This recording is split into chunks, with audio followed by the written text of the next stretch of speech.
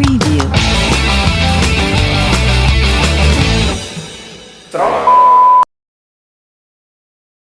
Nah, ini part 2-nya kita ya, part 2-nya gue part 2-nya kita gue pengen ini nih, nanya-nanya pendapat lu tentang COVID-19 sekarang. Ya, sebenarnya gue lebih, ini bukan ranah kita ya untuk ngomongin masalah virus ini dan masalah, tapi gini dampak terhadap kita aja ya, dampak terhadap kita dan bagaimana langkah kita sebagai organisator ataupun anak muda dalam menghadapi pandemi yang belum berakhir di Indonesia ini gitu. Nah, ini gue mau nanya nih sama lo nih Bang, pendapat lu apa sih tentang COVID Bang? Kalau pendapatku mengenai COVID sih, wah ini benar-benar kacau nih virus ini Bang. Ini Enggak, tapi lu percaya nggak sama corona? ya aku percaya, gimana? Orang gua udah ngalamin, keluarga gua. Lu apa keluarga lu nih? Keluarga gua, bokap, nyokap, adik gua 2. Semua tuh sama. Meskipun emang nggak sempet dites ya, gua cuman gua rawat sendiri, cuman alhamdulillah sekarang udah baikan. Tapi kenapa lu nggak mau swab? Apa? Siapa? Lu sendiri. Ini Bukan, jadi nggak keluarga swab. lu nih, keluarga lu kena COVID. Semuanya, bokap, nyokap, adik-adik lu. Terus lu dong yang nggak kena. Kalau misalkan dibilang kena COVID apa enggak sih, gue juga belum terlalu yakin ya. Cuman kalau misalkan berkaca ke gejalanya, kemarin itu sempat ngilang Jay, penciuman Jay. Semua. Jay. Tapi lu ada. Gue tetap sehat. Tetap maksudnya ada penciuman ada lu. penciuman. Cuman memang udah gue wanti-wanti, gue kan nawarin ke orang tua gue ya. Mau gimana? Mau dites, mau periksa apa enggak? Bokap gue tetap periksa, maksudnya periksa ke puskesmas biasa lah ya, ke klinik biasa. Ya memang penyakitnya itu kayak demam biasa lah gitu ya, kayak apa namanya, kayak tipes gitu kan. Cuman memang penciuman hilang, cuman dari situ gue langsung bilang kalau misalkan mau, ya di sana lah kebutuhannya langsung gue penuhin semua kayak vitamin, terus apa sih namanya, vitamin, obat paracetamol segala macam ya, itu intens tuh gue kasih mulu. Tapi lu tetap keluar. Gue kerja, masuk kerja kan, gue masuk kerja, tapi gue nggak ngerasain sama sekali namanya gejala COVID. Gejala-gejala yang keluarga lu alamin. Iya. Tapi kok lu berani banget? Apa? Ya gimana Jay, gak dapet duit Jay, kalau nggak keluar mah. Enggak, maksud gua gini loh. Lu kok kan banyak ya anak-anaknya. Itu sampai sekarang gue nggak paham. Ini yang gue parah nih, yang menurut gue ini parah nih. Ini ada loh, satu keluarga kena COVID dan satu orang sama yang ngalamin kayak lu. Bapaknya sampai diasingkan. Wah. Ibunya sampai diasingkan. Oke, kemarin tuh ya. Iya. Baru-baru ini ya daerah sini. Gila tuh pas lagi baru keluar dari rumah, langsung sama masyarakat, tetangga-tetangganya kayak di Asingkan ya. Asingkan Iya, ya. dikucilkan ya. Tapi gini Bang, kalau sekarang menurut gue enggak ya. Mungkin yang pandemi awal-awal mungkin ya. Kalau sekarang enggak. Tapi ini yang gue baca sekarang ini, kebanyakan anak-anaknya ketika orang tuanya COVID, itu anak-anaknya bener-bener nggak mau datengin orang tuanya. Oke lah, boleh dalam protokol kesehatan memang tidak boleh gitu kan, tidak boleh dikunjungi dan tidak dikunjungi. Tapi perspektif terhadap pandangan agama gimana? Kalau misalnya perspektif, Kurang ajar ya, orang mati lu. mati. Enggak mati. Atau mati. Terusin Bang. Tergampang bisa gue edit. Bisa gue edit. Ya. Kalau misalkan perspektif agama ya, kalau misalkan perspektif agama itu, gue melihat ya ini memang memang ujian ya mungkin ya dari Allah, karena memang kita ngadepin wabah ini gak sekali 2 kali. Bahkan di zaman para sahabat dulu, kalau nggak salah di eranya Sayyidina Umar itu pernah kan Taun itu. Iya, wabah Taun itu. Taun. Ya penanggulangannya itu dari pas lagi Khalifah Umar itu ya sama. Semua kayak sholat di rumah, ini di rumah. Mungkin memang secara medis memang berbeda lah penanganannya mungkin. Cuman kalau secara penanggulangan secara lahir ya, secara biasa gitu, sosial ya itu sih. Semua aktivitas itu berkerumunan, yang namanya kerumunan apa segala macam itu memang dilarang dulu. Ya, kita kan organisator nih. Terus juga kita aktivis ya. Ya bisa bilang gitu. Tapi kok kan kita dibatasin juga nih. Heeh. Terus apa yang mesti kita lakuin buat masyarakat? Kalau kitanya aja juga dibatasin. Gini. Kalau misalkan ini kan memang yang dibatasin kan cuma, kalau misalkan sependapat gue ya, kalau misalkan gue salah dikoreksi aja. Kalau misalkan menurut gue sih yang dilarang sama pemerintah itu, kalau menurut gue sih kerumunan sama kita taat prokes aja sih. Cuman kalau misalkan memang selama kita taat sama prokes, kita nggak berkerumunan, ya gue rasa sih bisa. Karena yang gue lihat di beberapa organisasi pun, organisasi kemasyarakatan, bahkan mereka membentuk satgasnya sendiri ya. Nah disinilah poin penting sih menurut gue ya, karena memang pemerintah itu nggak bisa secara langsung ya untuk kayak melarang ataupun mengimbau masyarakat secara tanda kutip secara verbal aja ya, tapi kan harus bisa menyentuh ke sektor bawah. Nah ini kalau misalkan menurut gue sih ini peran pentingnya daripada organisasi ya, biar bisa tampil terus bisa bersama-sama buat mensosialisasikan ataupun yang menyeru ke masyarakat sekitar. Bahkan kalau menurut gue pemerintah butuh sama teman-teman Butuh sih. organisasi. Kalau menurut gue sih butuh, karena memang mereka yang bersentuhan Langsung ke masyarakat kan.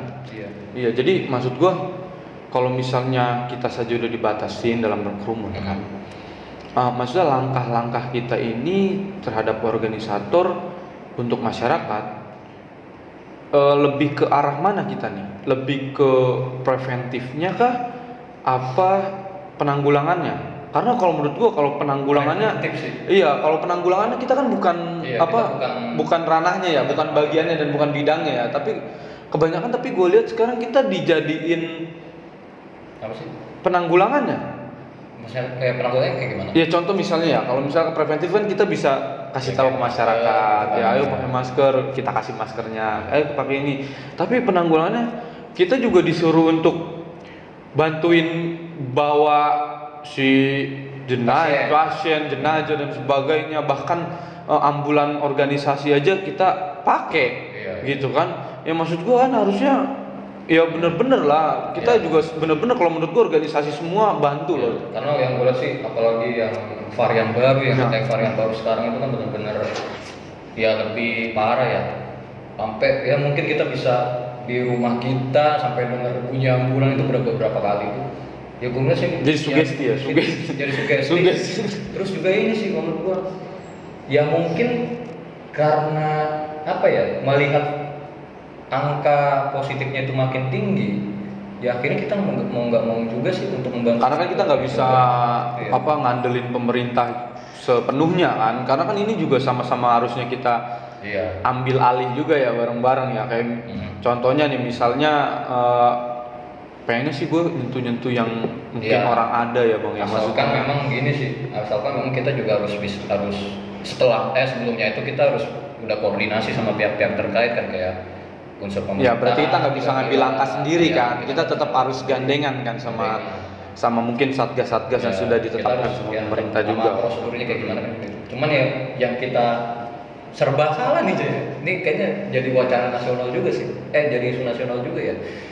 Permasalahan nasionalnya kayak misalkan kita nih jadi satgas, terus kita ngeliat kayak ya kaum ekonomi ke bawah gitu kan, kalau misalkan lagi kritik misalkan ubar kita juga merasa karena kan kita bukan bagian daripada bukan bagian daripada pemerintahan kan, kita kan juga sama masyarakat bawah juga. Tapi kita di dalam organisator gitu kan, karena kita juga serba salah kalau misalkan kita ngingetin takutnya menyinggung. Misalkan lu misalkan gini ya, lu main katakanlah main bubar-bubarin aja, kita juga butuh kerja nih buat cari makan, buat cari nafkah. Kalau misalkan kita dibatasin kayak gini terus menerus, ya ekonomi kita mah bakalan, ya ekonomi keluarga orang tersebut ya anjlok kan gitu kan. Makanya kita memang harus ini juga sih, harus cari solusi juga nih terkait ini, karena memang kita serba salah juga. Tapi sebenarnya kita bang yang harus nyari solusi sebagai anak muda. Solusinya gini, kita kan memang nggak ada di bidangnya ya. Contoh kita kesehatan nggak ada kan di bidang kesehatan. Tapi kan kita punya teman-teman nakes ya, punya teman-teman yang di bidangnya menurut gua. Sebenarnya kita bisa aja kalau kita jadi pemotor aja. Tapi kadang teman-teman yang kita ajak juga takut. Nah itu Gitu. iya sih. Takut gitu, maksudnya oke lah boleh, memang dia melindungi keluarganya. Tapi kalau selama ini masih kita selalu takut, nggak mau bergerak untuk bantu masyarakat yang lain, teman-teman yang terdampak yang lain, itu siapa yang mau bantu juga gitu. Ya. Kalau misalkan gue sih, kalau misalkan untuk membantu ya secara langsung ke masyarakat, gak cuma mesti kayak lu Turun langsung. lapangan, tapi bisa dengan bentuk-bentuk yang lain gitu. Misalkan tuh, ya sekarang kayak eranya medsos lah, lu bikin konten di sana kayak gini nih, lu bikin konten, lu bikin kayak video apa segala macam, ajakan untuk vaksin atau ajakan untuk Ngomongin vaksin, tapi gue tanya dulu, lu udah vaksin belum? gue udah coy, gue udah 2 kali nih. Udah 2 kali ya? Udah 2 kali gue Iya. udah. Oke, bagus berarti. Udah. Ada nih, ini seru nih. Vaksin lu udah 2 kali ya? Gua vaksin baru sekali. Nanti gua seterusnya di bulan Agustus nanti. Nah, ini kan dia udah vaksin nih. Kenapa lu masih pakai masker? Ya, kalau ini sih, kalau misalkan pakai masker ini ya salah satu bentuk ikhtiar gua sih, untuk seenggaknya gua nggak tertular lah. Kalau misalkan ya mungkin secara pandangan beberapa orang mungkin ya udah divaksin aman-aman aja gitu. Cuman kalau misalkan menurut gua sih enggak, kita masih tetap waspada karena memang ya ngelihat kondisi angka positif COVID-nya itu makin mencetak rekor kan, kayak sekarang itu memang Luar biasa sekali ya Indonesia. luar biasa sih. Yang menurut gue sih, ya gimana ya? Ya tetap harus sih. Ya karena gini bang, kita di Jakarta Utara tinggalnya.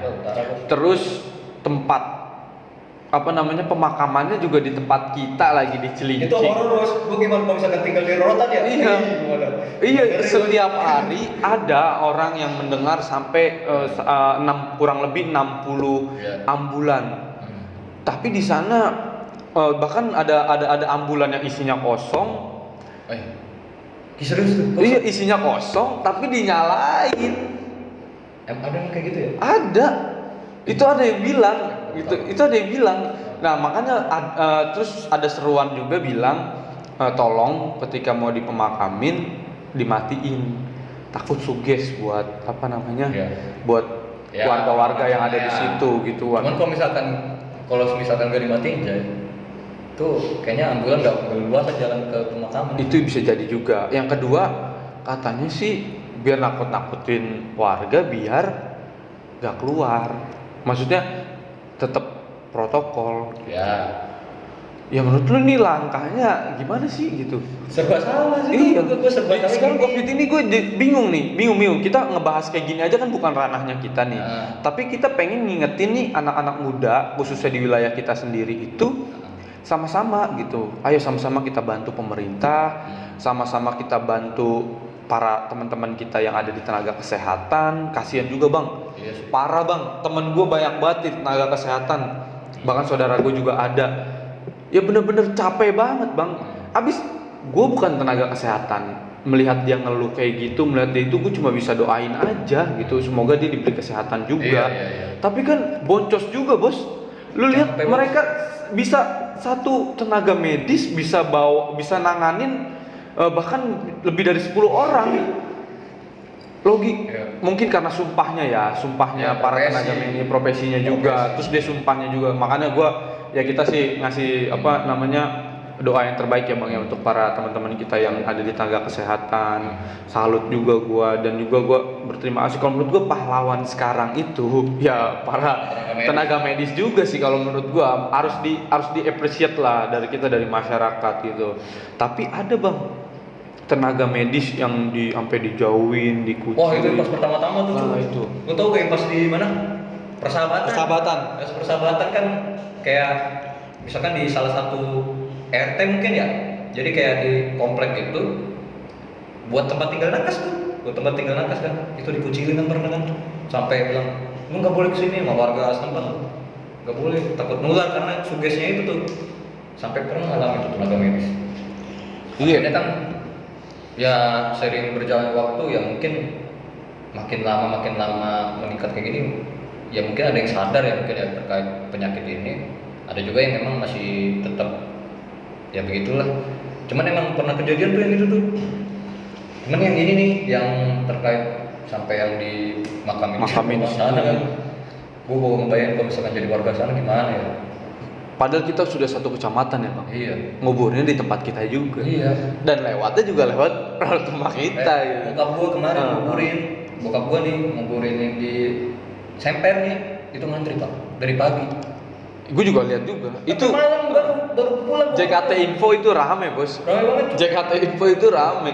Makanya gue bilang, ayolah gitu vaksin lah gitu. Oke lah, lu yang gak percaya sama corona itu hak lu ya, berpendapat lu. Tapi minimal ayolah sama-sama udahlah gitu, kita selesai nih corona ini, ya udah. Pemerintah nyuruh vaksin, ayolah vaksin gitu. Kan udah sekarang udah banyak juga bang ya, kayak misalnya sampai turun ke RT RT lu, ke RW RW udah harus disuruh vaksin semua, gratis bos. Cuma yang sekarang gini aja, ya gue ngalamin langsung tuh di tetangga gue itu habis vaksin panas dingin pak. Habis panas dingin, akhirnya pas lagi mau vaksin kedua nanti, giliran vaksin kedua dia nggak mau. Nah gue pengen minta tolong nih, mungkin sosialisasinya ya. Dokter gimana nih caranya buat masyarakat yang dia ketika vaksin pertama itu dia mengalami efek samping itu kan buat ketakutan tersendiri ya terhadap. Akhirnya dari masyarakat itu akhirnya takut lagi buat vaksin kedua. Nah ini harus gimana nih? Kalau gue jujur bang, ini bener dari nyokap gue ya. Dia vaksin. Gue nggak bisa sebut vaksinnya apa kan. Setelah vaksin dia langsung meriang. Iya panas dingin. Terus pegel-pegel. Ini nyokap gue aja. Dan gue dengar sama teman gue yang lain juga ada yang makan terus. Jadi semangat makannya. Nah, gua kemarin habis vaksin.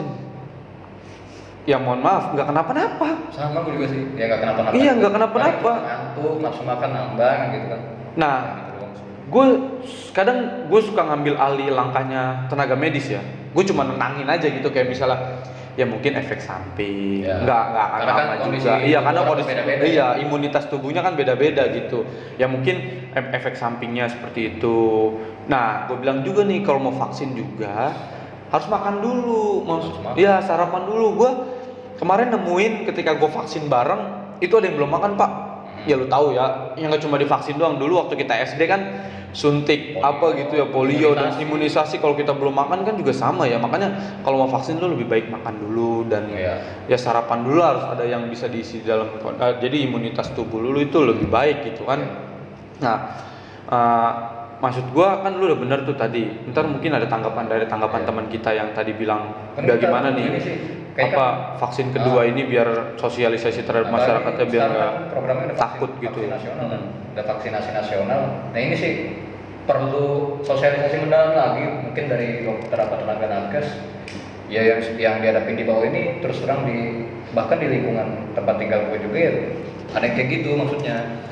Bukan vaksin karena takut gak percaya apa segala macam, cuman vaksin ya takut ya karena takut mengalami gejalanya ya. Yang ditakutin sebenarnya gejalanya ya. Gejalanya pasca vaksin tersebut ya. Atau mungkin kita juga bisa mungkin dari institusi kita ya, mungkin dari organisasi atau dari RT RW bisa ya ikut-ikutan ngecek lah mungkin ya. Sebagai pihak yang berwenang misalkan yang udah vaksin berapa orang yang pertama, didata lagi apa gejalanya setelahnya, baru mungkin RT atau RW bisa proaktif lah di situ. Misalkan dari RT terus ke RW langsung ke lurah, koordinasi sama puskesmas yang bertugas atau petugas vaksinnya itu bisa, sama dokternya bisa sharing lah di sana gitu. Misalkan, dok, ini salah satu warga setelah vaksin ada mengalami gejala ini dok. Terus akhirnya dia untuk ikut vaksin kedua takut gimana karena memang ya sedangkan pemberitaan di media kan parah ya. Kayak mungkin kan ngebentuk suges di dalam dirinya gue takut gini. Nah ini perlu ini juga sosialisasi mendalam ya terkait vaksin yang kena gejala tuh paskanya kayak gimana, itu penting sih. Gue mau nanya tapi gue ngeri ya, ngeri sedep ini. Karena memang bukan kapasitas kita untuk ngomong ini nih. Tapi gue pengen sih kayak teman-teman kita yang di luar sana untuk bantuin lah ngasih tahu kalau kita memang sudah vaksin, tetap jaga prokesnya juga. Yang belum vaksin, ayo silakan vaksin. Kalau Karena misalkan ngebandingin sama negara lain, mungkin perkembangannya sama negara lain kita beda ya. kita beda ya. Misalkan ada yang udah program vaksinasi di misalkan di Amerika. Atau di mana kan memang ya perkembangannya juga penanggulangannya berbeda dengan kita ya. Kita 270 kita keluarga banyak. juta orang, Bos. Kita 270 juta orang. Bahkan di Singapura udah dianggap flu biasa kan. Ya karena memang kita beda kondisinya. Memang beda. Makanya gue bilang terhadap pandangan-pandangan orang-orang yang bilang ini pemerintah nggak serius nih. Ini pemerintah cuma main-main aja nih. Apalagi dibilang pemerintah berbisnis kepada masyarakat. Itu gue gimana, itu pemikiran terlalu parah sekali gitu ya. Oke, lalu berpendapat boleh, hak lu gitu, tapi cobalah gitu, ini pemerintah kan udah serius nih nanganin. Ya gimana nggak serius, Bos? Vaksin udah disediain dan sebagainya, giran lu udah minta diseriusin, lu nggak mau ikut vaksin. Oh ya, gue baru dengar berita tadi tuh, berita bahwasanya Kimia Farma itu ngejual vaksin sekitar 800 kalau yang nggak mau yang gratis. Ya, angkanya vaksinnya bisa males gitu. Masa lu kasih gratis lu nggak mau? Iya. Gitu juga sih. Tapi ada Bang, ada program, gua nggak tahu ini, program si cepat sama Cepat masuk ya. Ya. Si cepat Masuk si ya. si cepat sama Kimia Farma itu lagi ngejalanin program ngasih obat gratis, Bang. Oh iya. Itu bagus tuh. Ngasih obat gratis, oksigen gratis. Gitu. Iya, serius. Jadi nanti kalau misalnya tetangga lu atau keluarga lu ada yang lagi ngalamin hal tersebut, lu bisa lapor. Nanti gua kasih nomornya deh. Ini sih menurut gue yang benar-benar dibutuhin sekarang ya. Jadi kayak pelaku usaha, apalagi pelaku usaha digital ini ya mungkin bisa ya bahu-bahu di sini. Misalnya kayak Kimia Farma bisa kerjasama. Ya kita juga berharap sih ya, kita sebagai warga juga, masyarakat juga, ya bukannya kita minta-minta kan. Iya, tapi emang kondisinya lagi kayak gini sih wajar sih kalau menurut gue yang pelaku-pelaku usaha bergerak. Gue ngapresiasi sih gerakan-gerakan kayak gitu tadi. Gratis, Bang. Gratis, lu bayangin gratis. Ini oksigen, Bos. Kita kira gratis.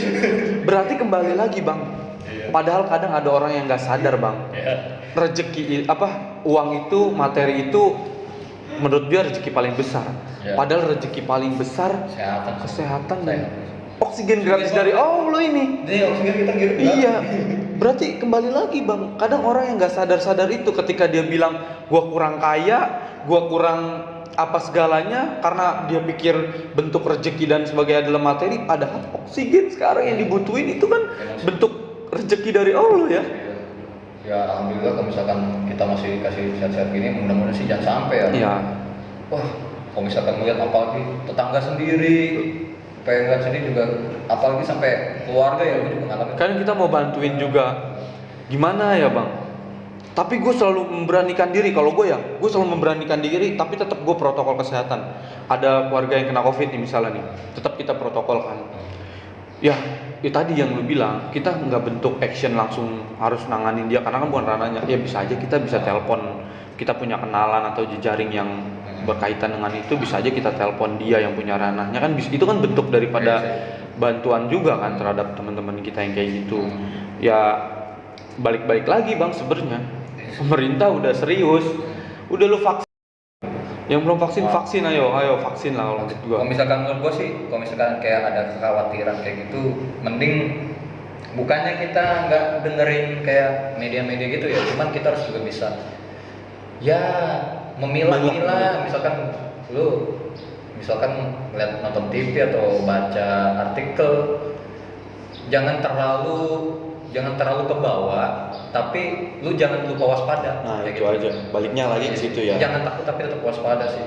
Kalau misalkan memang kan, kalau misalkan COVID kan kayak menurut beberapa tenaga medis, beberapa pakar medis kan pertarungan imun kan. Iya, betul. Kita. Jadi kalau misalkan kita terlalu dicekokin dengan stigma-stigma yang lebih bukan negatif sih, lebih serem lah mungkin ya, lebih parah kayak gitu kan juga sugestinya jadi kita juga malah mungkin dan itu bisa mempengaruhi imunitas tubuh, bisa juga mempengaruhi jadi tubuh. Ya menurut gue sih kita sebagai warga biasa, warga masyarakat saat ini ya memilah-milah informasi, terus juga tetap waspada juga sih. Kalau misalkan memang terkait vaksin nih, kalau misalkan saran gua, kitanya jangan terlalu menelan mentah-mentah dulu. Misalkan gua kabar dari orang ini, gua habis vaksin ini, tapi lu juga harus bisa ekspor juga informasi. Misalkan lu tanya kepada yang tidak ada gejalanya, iya bisa. Yang kapasitas. Ama juga yang nggak ada gejalanya, Iya. Bang. Karena kan dia udah terjun langsung Iya. untuk vaksin kan. Misalkan lu jangan terlalu patokan, misalkan gua nih orangnya habis vaksin panas Begini, dingin. gini. Jangan terlalu melihat ke situnya, tapi lihat yang nggak kenapa-napa. Iya, itu yang maksud ini habis gue. vaksin nggak kenapa-napa kok gini-gini. Pokoknya sih tetap ikhtiar aja sih menurut gue sih. Iya sih, langkah-langkah kayak gitu yang harus diterapin juga sih ke masyarakat, Bang. Ya mau nggak mau, Bang, kayak gini kita harus gerubuk-gerubuk kerja bareng. Iya sih. Kita nggak bisa, Bos. Kita bukan nabi. kita yang harus benar-benar yang bareng-bareng. Pun Nabi juga karena Nabi kan juga gitu. Ada unsur ketakwanan juga, pasti kan ada unsur preventifnya juga ya. Karena memang bicara masalah Nabi kan juga mereka mempunyai pengikut sampai kayak masyarakat juga gitu kan. Ya makanya kalau menurut gue sih ya pokoknya kita bareng-bareng lah. Bareng-bareng. Apa namanya, yang punya uang gabung. Ya. Yang punya jabatan gabung. Iya. Yang punya bidang di ahlinya gabung. Sama organisasi-organisasi masyarakat juga harusnya gabung. Nah ini kalau menurut gua kita bisa, Bang, kalau bareng-bareng kan budayanya Indonesia balik lagi, Bang. Gotong royong, Bang. Kita dari dulu, makanya ini kadang dihilangin Bang dari Covid ini gotong royongnya, Bang. Sebenarnya gue yakin di luar sana banyak orang-orang Indonesia, teman-teman kita ini udah ada berpikir yang sama yang kita pikirkan tadi. Cuma belum ada nih langkah-langkah yang harus kita perjuangin nih, maksudnya bersama yang harus kita pikirin sebagai anak muda di milenial sekarang, karena pemerintah gue yakin butuh pemikir untuk menyelesaikan menjadi solusi bagi negara ini untuk terhindar dari COVID tersebut. Bisa pulih lagi.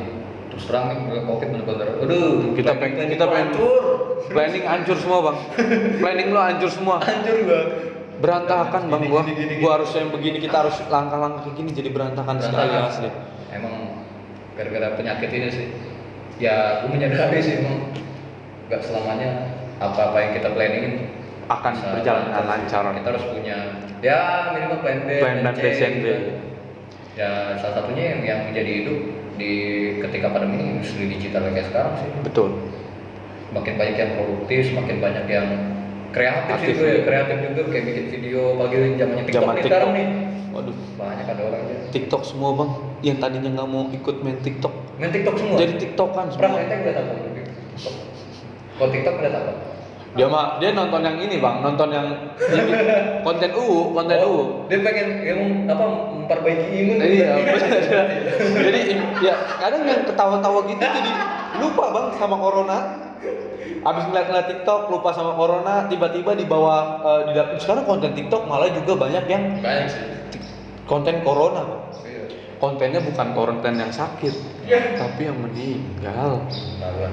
Itu sih. Aduh. Jadi gue apalagi nih yang bikin gue akhirnya gue ya buka-buka konten yang bisa bikin gue ketawa dan sebagainya. Gue kalau ngeliat itu lagi, jadi kita sugestinya gimana gitu. Walaupun gue udah vaksin. Kalau misalkan menurut gue sih, kalau misalkan yang dibikin konten itu yang apa sih, maksudnya gejala-gejala gitu, yang bukan yang sebenarnya, harus diimbang sih. Iya, itu yang gak adilnya itu maksud gue. Misalkan kita bikin konten, misalkan pasca lu cerita pas ngalami COVID-nya. Sembuhnya gimana? Maksudnya buat survive juga, iya. Bukan kayak nakut-nakutin gitu, maksudnya kayak bikin video begitu. Guys, gini-gini gue sakit. Iya, udah. Itu malah jangan panik, tapi tetap berikhtiar, berdoa, ikutin protokol kesehatannya. Kadang Bang, yang gue lihat itu malah banyakan yang diposting itu yang kesannya nakut-nakutin, padahal harusnya kita nih yang sembuhnya juga ya. Woi, kita udah sembuh nih misalnya. Ayo teman-teman tetap protokolnya, tetap obat-obatnya juga dikasih tahu ya. Jadi kan kita bisa jaga-jaga diri pribadi masing-masing gitu. Aduh, Bang, ini harus ada nih media-media yang ngebangun tentang kayak gini-gini nih. Kalau bisa sih, Gitu. iya, influencer harus bantuin ini sih kalau maksud gua.